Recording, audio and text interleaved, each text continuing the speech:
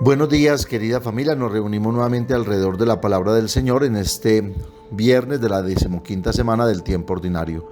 Nos reunimos en el nombre del Padre, y del Hijo, y del Espíritu Santo. Ven, Espíritu Santo, llena los corazones de tus fieles, enciende en ellos el fuego de tu amor, y renovarás la faz de la tierra. Espíritu Santo, ilumínanos y santifícanos. María, Madre de la Iglesia, ruega por nosotros. Lectura del libro del profeta Isaías, capítulo 38, versículos 1 al 6 y 21 al 22. En aquellos días el rey Ezequías se enfermó mortalmente. El profeta Isaías, hijo de Amós, vino a decirle: esto dice el Señor, pon orden en tu casa porque vas a morir y no vivirás. Ezequías volvió la cara a la pared y oró al Señor: ah, Señor, recuerda que he caminado ante ti con sinceridad y corazón íntegro, que he hecho lo que era recto a tus ojos. Y el rey se deshizo en lágrimas. Le llegó a Isaías una palabra del Señor en estos términos: ve y di a Ezequías, esto dice el Señor, el Dios de tu padre David: he escuchado tu plegaria y visto tus lágrimas. Añadiré otros 15 años a tu vida y te libraré a ti y a esta ciudad de la mano del rey de Asiria, y extenderé mi protección sobre esta ciudad. Isaías dijo: que traigan un emplasto de higos y lo apliquen a la llaga para que se cure. Ezequías dijo: ¿cuál es la prueba de que podré subir a la casa del Señor? Respondió Isaías: la señal que el Señor te envía de que cumplirá lo prometido será esta: haré retroceder 10 grados la sombra en la escala de Ahaz, que se había alargado por efecto del sol. Y el sol retrocedió los 10 grados que había avanzado sobre la escalera. Palabra de Dios. Salmo tomado del profeta Isaías, capítulo 38. Tú, Señor, detuviste mi alma para que no pereciese. Yo pensé: en medio de mis días tengo que marchar hacia las puertas del abismo, me privan del resto de mis años. Yo pensé: ya no veré más al Señor en la tierra de los vivos, ya no miraré a los hombres entre los habitantes del mundo. Levantan y enrollan mi vida como una tienda de pastores, como un tejedor devanaba yo mi vida y me cortan la trama. Señor, en ti espera mi corazón, que se reanime mi espíritu. Me has curado, me has hecho revivir. Lectura del Santo Evangelio según San Mateo, capítulo 12, versículos 1 al 8. En aquel tiempo atravesó Jesús en sábado un sembrado. Los discípulos que tenían hambre empezaron a arrancar espigas y a comérselas. Los fariseos, al verlo, le dijeron: mira, tus discípulos están haciendo una cosa que no está permitida en sábado. Les replicó: ¿no han leído lo que hizo David cuando él y sus hombres sintieron hambre? Entró en la casa de Dios y comieron de los panes de la proposición, cosa que no les estaba permitida ni a él ni a sus compañeros, sino solo a los sacerdotes. ¿Y no han leído en la ley que los sacerdotes pueden violar el sábado en el templo sin incurrir en culpa? Pues les digo que aquí hay uno que es más que el templo. Si comprendieran lo que significa quiero misericordia y no sacrificio, no condenarían a los inocentes, porque el Hijo del Hombre es Señor del sábado. Palabra del Señor. Tenemos una comprensión limitada de la legislación del sábado en tiempos de Jesús. Debemos estudiar su contexto a fondo antes de poder comprenderla. Lo que sabemos es que esta prescripción la ha dado Dios para salvaguardar los derechos de los esclavos, de los pobres sometidos a todo yugo y peso de trabajo, sin remuneración, sin posibilidades, sin descanso, de manera exagerada, inhumana e injusta. Pero lo que nos impresiona es la soberanía con la que Jesús se opone a toda prescripción, considerando la misericordia como el verdadero criterio. Si comprendieran lo que significa quiero misericordia y no sacrificio, no condenarían a los inocentes, porque el Hijo del Hombre es Señor del sábado. Es absurdo prohibirle comer a una persona hambrienta, sin importar los argumentos que se presenten. Y es igualmente absurdo sacrificarse por el mero hecho de sacrificarse. Culpar a quienes transgreden la ley sin conocer sus motivos es inútil. La vida tiene demasiadas facetas como para limitarse a unos pocos párrafos. Somos libertinos, no hasta el instinto del hambre se transforma en un egoísmo brutal. Si nuestros corazones permanecen compasivos hacia quienes nos rodean, Dios no nos negará la compasión de su corazón. No le agrada que estemos bajo tutela, y cuando sus hijos tienen hambre, ¿acaso los padres piensan primero en discutir sobre esto o aquello? En el Evangelio de hoy vemos de cerca muchos conflictos entre Jesús y las autoridades religiosas de la época.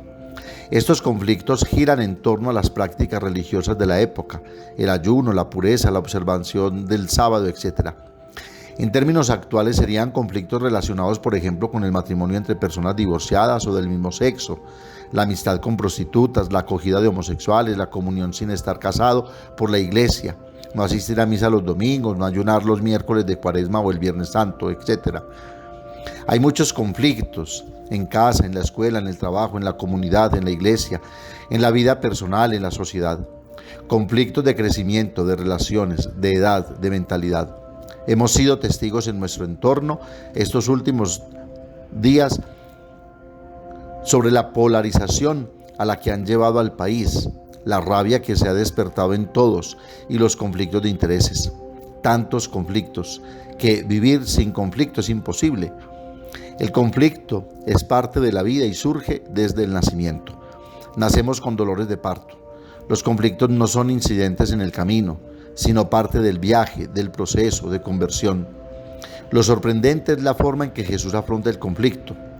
Al discutir con sus adversarios no se trataba de tener razón frente a ellos, sino de hacer que su experiencia de Dios Padre y Madre prevaleciera. La imagen que otros tenían de Dios era la de un juez severo que solo amenazaba y condenaba, castigaba y condenaba. Jesús intenta que la misericordia prevalezca sobre la observancia ciega de las normas y la ley, que no tenía nada que ver con el objetivo de la ley, que es la práctica del amor. Y tristemente, hoy día todavía muchos quieren seguir viviendo atados a tantas leyes y rigurosidades estériles que no aportan nada, o más bien poco, a la transformación de la sociedad y de la humanidad. Recoger el grano en sábado y la crítica de los fariseos. En un día de sábado los discípulos caminaban por los campos recogiendo espigas para comer. Tenían hambre. Llegaron los fariseos e invocaron la Biblia para decir que los discípulos estaban quebrantando la ley del sábado. Jesús también usó la Biblia y respondió invocando 3 ejemplos de la Escritura: David, la legislación sobre el trabajo de los sacerdotes en el templo, las acciones del profeta Oseas, es decir, citó un libro histórico, un libro legislativo, un libro profético. El ejemplo de David. Jesús recuerda que David mismo hizo algo prohibido por la ley, porque tomó el pan sagrado del templo y se lo dio a los soldados hambrientos para que comieran. 1 Samuel 21:7. Ningún fariseo tuvo el valor de criticar al rey David. Ahora el ejemplo de los sacerdotes. Acusado por las autoridades religiosas, Jesús argumenta partiendo de lo que ellas mismas, las autoridades religiosas, hacen en sábado. En el templo de Jerusalén en sábado, los sacerdotes trabajan mucho más que otros días de la semana, ya que tenían que sacrificar animales para los sacrificios. Tenían que limpiar, barrer, cargar, sacrificar animales, etc. Y nadie decía que fuera contra la ley. Pensaban que era normal. La ley misma los obligaba a hacerlo. El ejemplo del profeta Jesús cita la frase del profeta Oseas: misericordia quiero y no sacrificio. La palabra misericordia significa tener el corazón en la miseria, cor miseri, de los demás, es decir, la persona misericordiosa debe estar muy cerca del sufrimiento de la gente, debe identificarse con ellos. La palabra sacrificio significa consagrar algo, es decir, quien ofrece un sacrificio separa el objeto sacrificado del uso profano y lo aleja de la vida cotidiana de las personas. Si los fariseos hubieran visto la vida del profeta Oseas de esta manera, habrían sabido que el sacrificio más grato a Dios no es el que la persona consagrada viva alejada de la realidad, sino que dedique su corazón consagrado por completo al servicio de sus hermanos para sacarlos de la miseria. No habrían considerado culpables a quienes eran realmente inocentes. El Hijo del Hombre, Señor del sábado. Jesús termina con esta frase: el Hijo del Hombre, Señor incluso del sábado. Jesús mismo es el modelo para interpretar la ley de Dios. Jesús conocía la Biblia de memoria y la invocaba para demostrar que los argumentos de otros carecían de fundamento. En aquel entonces no existían Biblias impresas como las que tenemos hoy. En cada comunidad solo había una Biblia manuscrita que permanecía en la sinagoga. Si Jesús conocía la Biblia también, significa entonces que durante sus 30 años en Nazaret participó intensamente en la vida comunitaria, donde las Escrituras se leían cada sábado.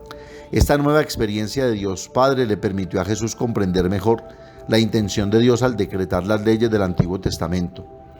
Al vivir 30 años en Nazaret y sentir de primera mano la opresión y la exclusión de tantos hermanos en nombre de la ley, Jesús debió comprender que ese no podía ser el significado de la ley. Si Dios es Padre, entonces acoge a todos como hijos. Si Dios es Padre, entonces debemos ser hermanos entre nosotros. Jesús vivió esto y oró por esto, de principio a fin. La ley debe estar al servicio de la vida y la fraternidad. El hombre no fue hecho para el sábado, sino el sábado para el hombre. Marcos 2:27.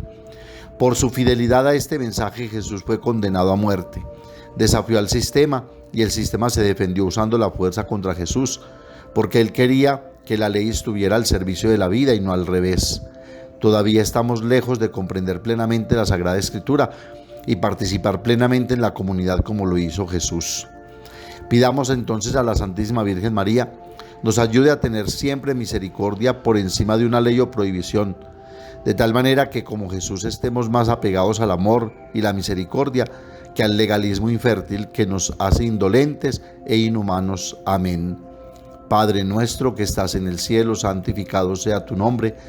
Venga a nosotros tu reino, hágase tu voluntad en la tierra como en el cielo. Danos hoy nuestro pan de cada día, perdona nuestras ofensas, como también nosotros perdonamos a los que nos ofenden. No nos dejes caer en la tentación y líbranos del mal. María, Madre de la Iglesia, ruega por nosotros. El Señor nos bendiga, nos guarde de todo mal y nos lleve a la vida eterna. El Señor esté con ustedes, y la bendición de Dios Todopoderoso, Padre, Hijo y Espíritu Santo, descienda sobre ustedes y los acompañe siempre. Que tengan un feliz día y recuerden que los padres de la parroquia los queremos mucho.